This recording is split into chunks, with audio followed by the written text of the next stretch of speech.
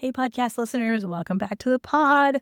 So, this week in our Get Social Smart Academy, we did a whole class on Google Sheets for content organization, and it was really well received. And I just thought I would talk a little bit about it on the podcast here. Obviously, it's not going to be the same as the full 1 hour class because when you're watching a class about Google Sheets, there's a lot of me actually showing you step by step how to use it.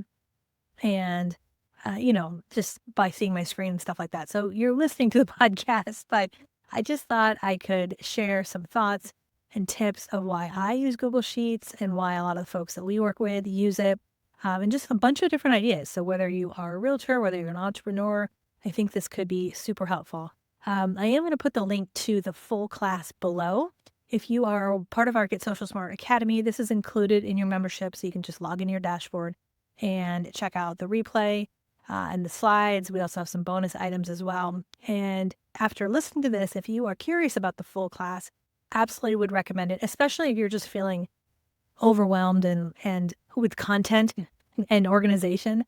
The class is a full 1 hour class. It comes with access to my slides. And then I also include 3 bonus Google Sheets. I have a 12-month content plan Google Sheet that I shared, a lead tracker for real estate buyer and seller leads, and then a whole cheat sheet for Google Sheets. So anyways, if you purchase the class, those are included. I will put those in the show notes below. All right. So that being said, let's get on with the show. And like I said, in this podcast, I want to talk a little bit about why Google Sheets matters and especially why it matters for realtors or entrepreneurs. I really look at Google Sheets as an opportunity for busy realtors. If you're juggling clients, you're juggling listings, and you're feeling a little overwhelmed with marketing. Here's the truth. You do not need to love spreadsheets. Okay. Now, I am a marketing gal. I love the creativity of marketing. I love spreadsheets to stay organized, but I'm not necessarily like an accounting spreadsheet type of person, which is why I love Google Sheets. Ultimately, content shouldn't feel like a second full-time job, and organization helps you stay consistent without feeling like you have to post every single day. So I'm sure for a lot of you, you've probably said this before. Like you've probably said things like, I know I've posted this before, or gosh, have I posted this? I think I posted this. I don't know if I have. Or maybe you have ideas saved everywhere, like Post-it notes, notepads, your notes app. You're scrambling when you need to post, you're forgetting to follow up. And typically the problem isn't like more ideas, it's just staying organized. So I have used Google Sheets for years, and a lot of the folks we've worked with in the academy, our masterminders have used them. First of all, it's free, which we love. It's easy. You can access Google Sheets on your phone or your computer. You don't have to worry about saving. Like remember back in the day where you'd have to like go file, save out. Like you don't have to save anything. It's going to automatically save. It's a lot like Canva, how it automatically saves, which we love. There's no special software, and it's simple enough to actually use. I look at it as kind of our marketing home base. So I want to specifically talk about here 7 ways that you can use Google Sheets in your business. And again, the whole step-by-step of exactly how to set up a sheet, how to customize it. I go through that in depth in our Google Sheets class, which again, I'll link below if you're interested. Okay, so 7 ways you can use this in your business. The first is content and marketing. This is one of the biggest ways we use it. We use it to plan monthly, yearly. We use it to track reels, videos, lives, posts. It's great to create a content batching checklist.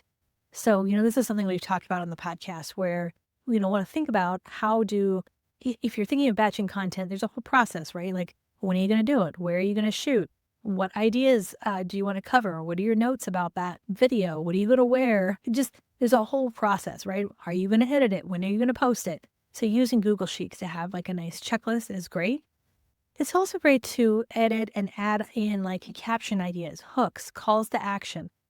I look at like our Google Sheet where we organize our content and marketing as sort of a catch-all for all of that stuff. So when I'm ready to post or schedule, it's all in one spot. If you have an email newsletter, it's great to organize topics, send dates, and ultimately to build a simple content calendar.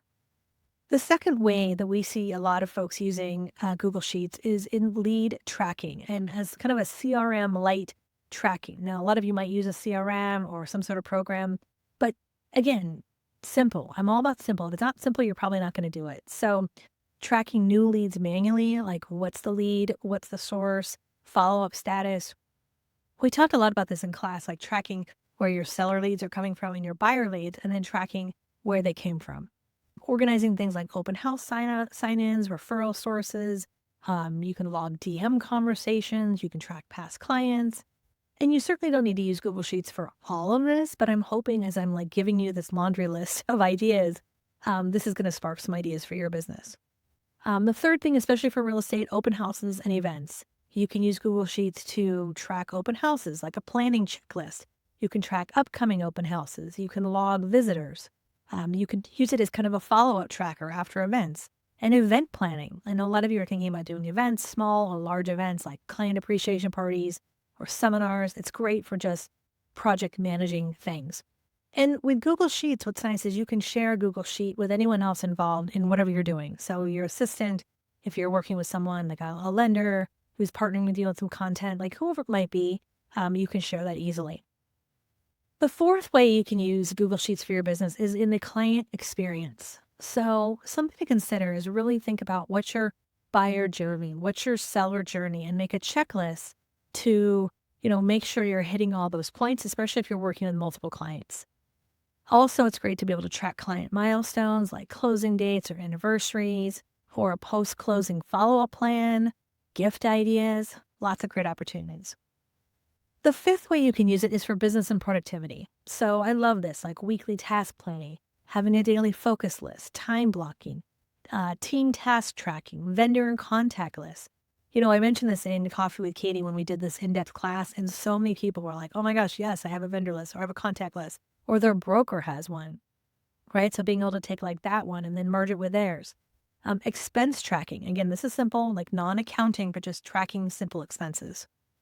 The sixth way is market and education.